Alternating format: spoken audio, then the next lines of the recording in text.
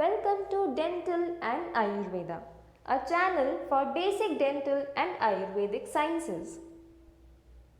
Today our chapter of Ayurveda is Dosh Dushyadi Vigyanam and the topic we will be discussing is Rog Nidan Parichay. Hello friends, welcome to our channel Dental and Ayurveda.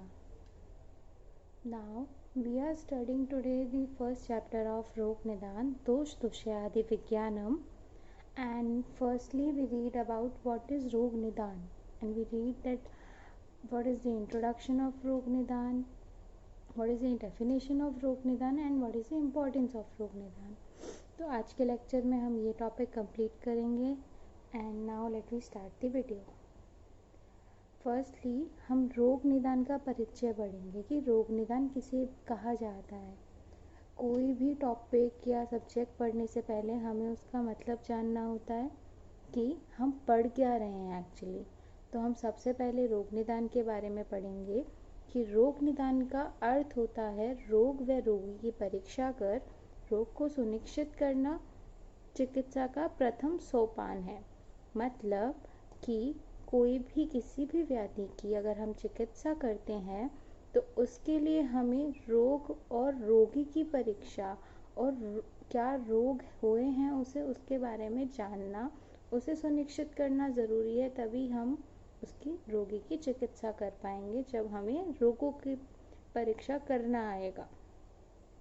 आगे रोग विनिश्चय सम्यक होने पर रोग की चिकित्सा फलदायी होती है. कि रोगों की चिकित्सा कब फलदायी होती है? जब हम रोग विनिश्चय सम्यक प्रकार से कर लेते हैं, एकदम ठीक प्रकार से कर लेते हैं. देन रोगों के निदान के लिए परीक्षा. रोगों के निदान के लिए परीक्षा हम दो प्रकार से करते हैं. एक हम करते हैं हमारी आयुर्वेदिक परीक्षा पद्धति और एक हम करते हैं आधुनिक काल के प्रयोग से. जो हमारी आयुर्वेदिक परीक्षा पद्धति है उसको हमने ज़्यादा महत्वता दी है बजाय आधुनिक काल की जो परीक्षा पद्धति है उसके.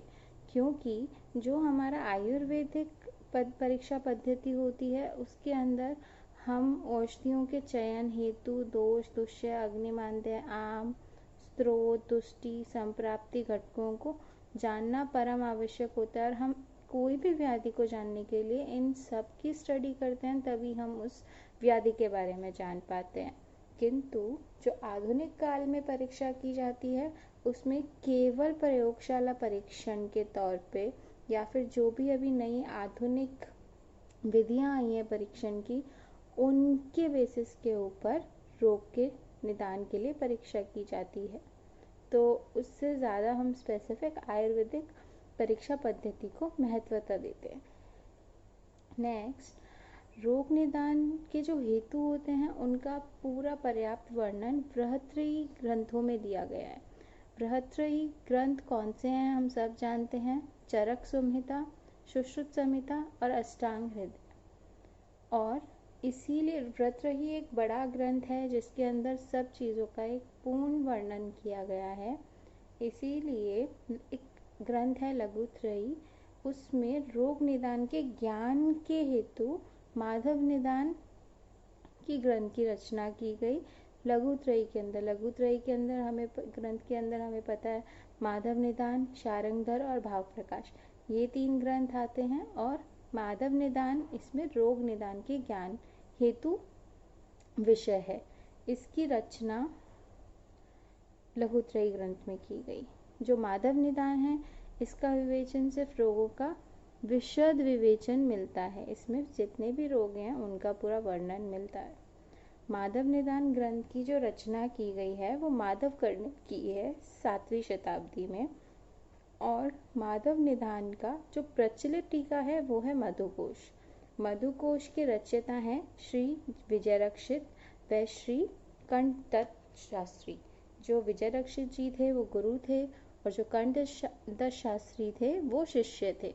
तो इन गुरु शिष्यों ने मिलकर मधुकोश की रचयिता की थी जो कि माधव निदान ग्रंथ की सर्वाधिक प्रचलित टीका है. अब हम पढ़ते हैं रोग निदान के मुख्य उद्देश्य के बारे में.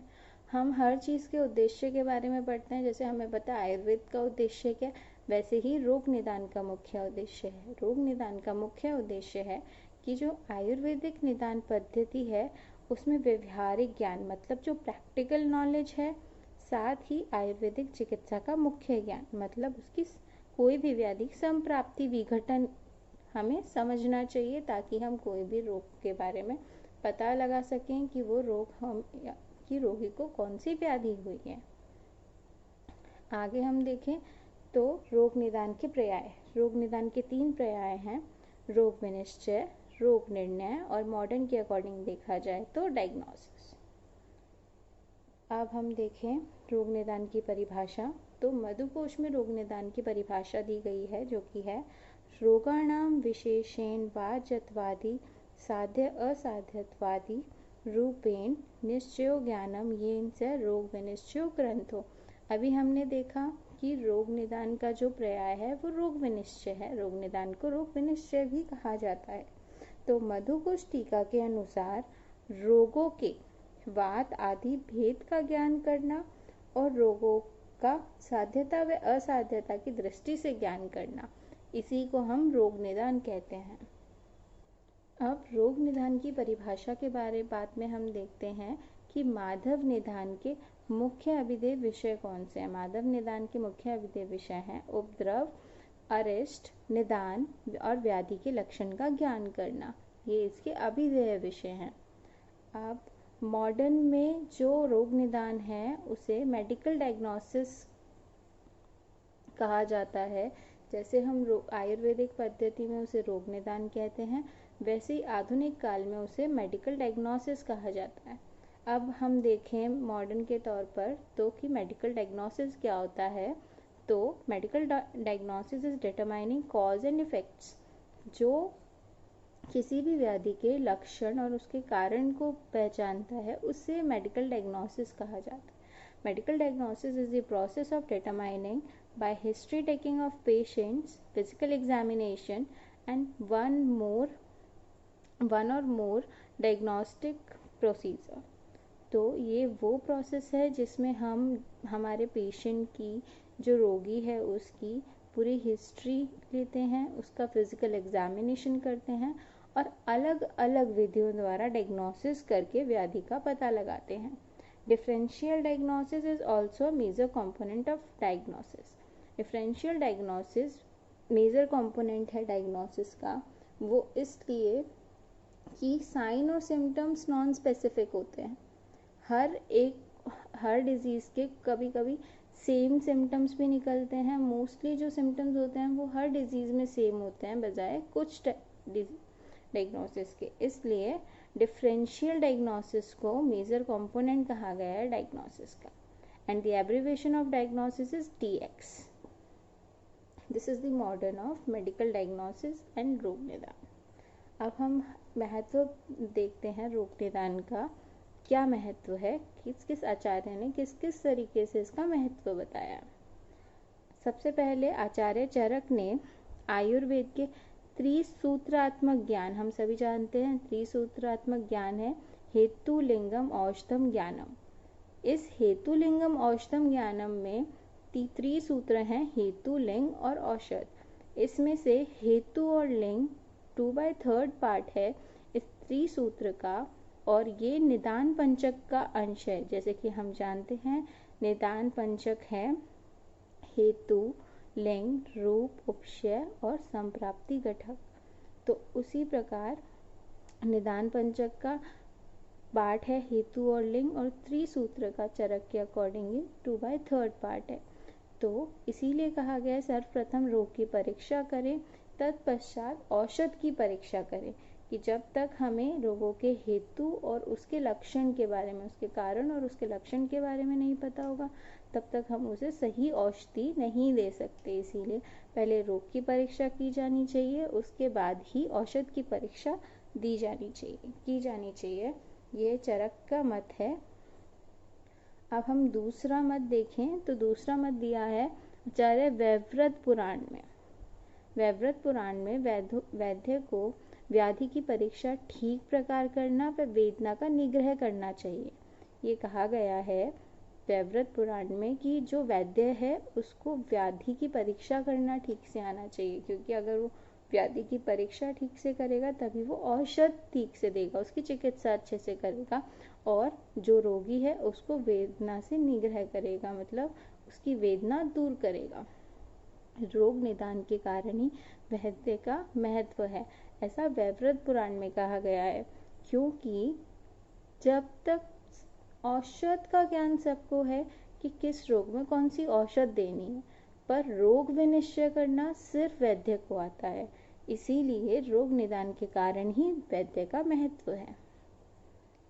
थर्ड महत्व हम इसका देखें, थर्ड पॉइंट है हमारा, रोग व रोगी की परीक्षा रोग निदान का सर्वाधिक महत्वपूर्ण विषय है, इसी के द्वारा रोग का ज्ञान किया जाता है।